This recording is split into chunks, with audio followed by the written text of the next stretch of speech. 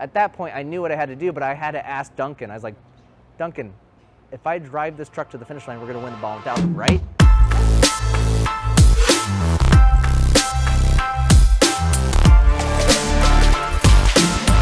My name's Luke McMillin. I'm a part of our family's race team, McMillin Racing, and I've been racing since I was 15 years old. I'm fortunate enough to have raced 1,600 cars, Class 1 cars, and currently racing Trophy Truck 83. Very fortunate to have won the Baja 1000 in all three of those cars, and that's my pride right there.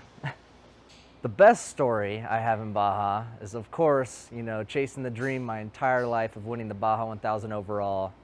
And it's been like chasing something that just seems like you can never catch it, right? I've led the 1,000, I think, the last 4 years in a row. A lot of people say it.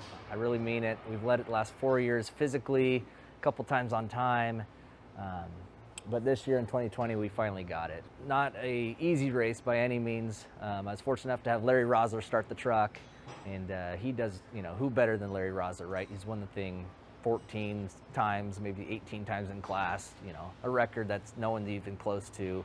It's LR, right? I've looked up to him my whole life, so to race with him was really cool.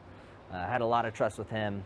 He brought me the truck down to race mile 460, did a phenomenal job. We got in the truck third behind my brother and Empudia, and we got in and I said, all right, let's be patient, right? We got all four of the Baja washes to run. We got Cuevitas wash, Chinate wash, Guatamote, Azufre, we didn't have Azufre, Guatamote, and then Matomi.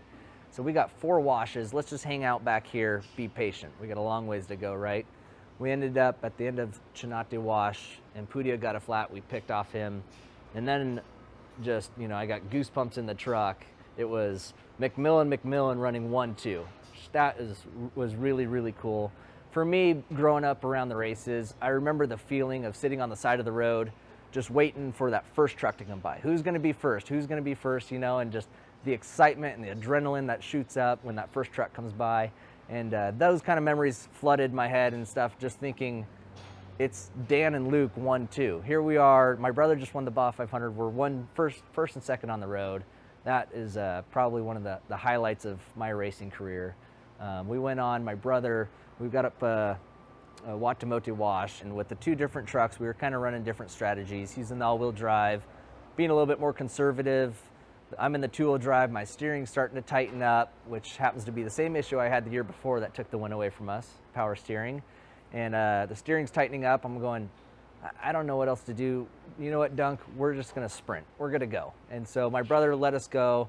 He hops on the radio, hey, go effing win this thing. You got it. And so we took off. We hit, after headed to Matomi, the gnarly bumps along that fence line there, absolutely pinned. I'm like, I got to try to gap these guys 10 or 15 minutes in case I think I'm going to have to change a pump. So the least I can do is try to gap them, because I'm not here to get second or third or just kind of lollygag around until this pump lets go. This truck is either going to last or it's not. So we pin it, and then right after my brother gives me the go-ahead to haul ass, he gets on the radio, what the F are you doing? Slow down, you're driving way too hard. And I'm like, well, my theory was, let me get ahead of Dan. I don't want to hold him up in the dust now. He let me by. So we go all the way up the desert. We're still first truck on the road, and Pudi is now back in second. And we're coming over the Los Pinos summit, the summit just north of the traditional summit. And again, that steering's tightening up, low RPM, so it's getting worse. And that happens to be the same exact location I lost the pump the year before. First truck on the road, and Pudia second behind us. I mean, mirror for mirror, the 19 and 20 was like, this is it. We're here again. I can't believe this is happening, right?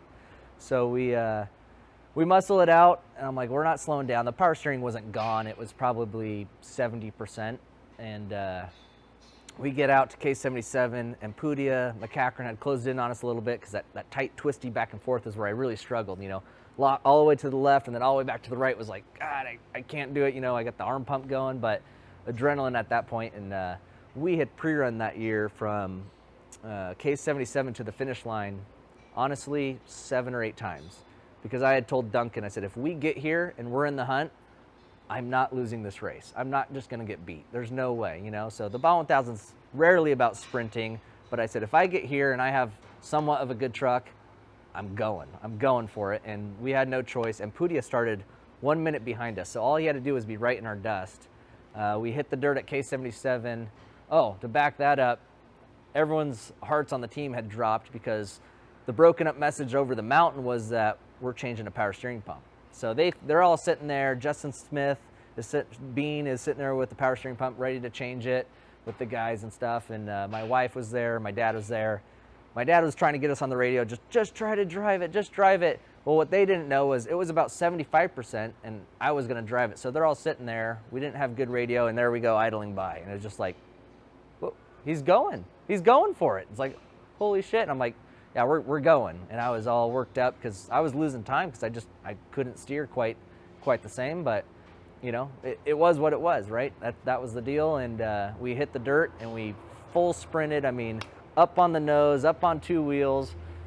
Comfortable though. I mean, honestly, we were comfortable. And that's why I asked Jason Duncan, I said, what'd you think of that? And he goes, I was this close to slowing you down going, what the hell are you doing? But then he goes, then I relaxed and realized, well, he's kind of comfortable doing this right now. So let's go. Let's not lose this race. You know, that was our words were, if we get to this point, we're not losing. And we hit the road at Ojos, and this is where it got really cool. We got physical times, and Pudia went in 3 minutes behind us. I'm waiting for the call, right? Luke, he's a minute behind you. Shit, that's the gap we need. I'm just waiting for that call. I don't get it. I get Luke 2 minutes, no one through. Luke 3 minutes, no one through. And then I'm kind of like, okay, 3 minutes, I think, in the back of my head, I'm like, I think I can hold on to that. Well, they were, I mean, minute by minute, they were giving me that, and I don't remember minutes 4 through 9. And I think that's because it started becoming a reality of, I can't lose this lead. All of a sudden they'd hop on the radio, Luke, 9 minutes, no one through, and I start crying. I'm just like, and then at that point I knew what I had to do, but I had to ask Duncan. I was like, Duncan, if I drive this truck to the finish line, we're gonna win the Baja 1000, right? And I asked him 3 or 4 times different ways. And then after that, he's like, that's it, buddy. That's all you got to do. And then I settled back down, you know, got everything out of my head, quit the crying, just, you know. And then it was really cool. That last 30 miles, I was just super comfortable in my truck. It's a truck I've been working on for a long time, and I just drove it. And I was just super comfortable, jumping it every now and then, you know, going 75, 80%. We're not going to throw it away, right? But it's just like everything just got calm, and we finally hit that highway, 4 miles of speed zone to the finish line, and then the nerves went back up. Even though, I mean, I'm in 37-mile-an-hour speed zone, just get to the finish line, right? It's downhill. Duncan's like, we could coast it from here, you know? I'm like, I don't know. Well, then you know, we give out calls every 5 miles where we're at, and at this point, we're about 2 miles from the finish. My dad's on the radio, 83, what's the update? And I told Duncan, not a word. Don't say a word. I got tears in my eyes. I'm just like, I'm in shock. I'm idling to the Baja 1000 finish to win the thing. And I got to hop on the radio at the finish line, and LR, my wife, my dad all heard it. I said, this is Trophy Truck 83, and we're at the effing finish line. At the top of my lungs, I yelled that, and there it was. Dream come true, we won the Baja 1000. So that, without a doubt, is the best story in Baja for me. Every time we climb in our cars and pull our belts tight, new memories and stories are created. We are on a mission to bring these stories to light, both for our community and for those outside off-road to understand the allure. So please help us in sharing these stories.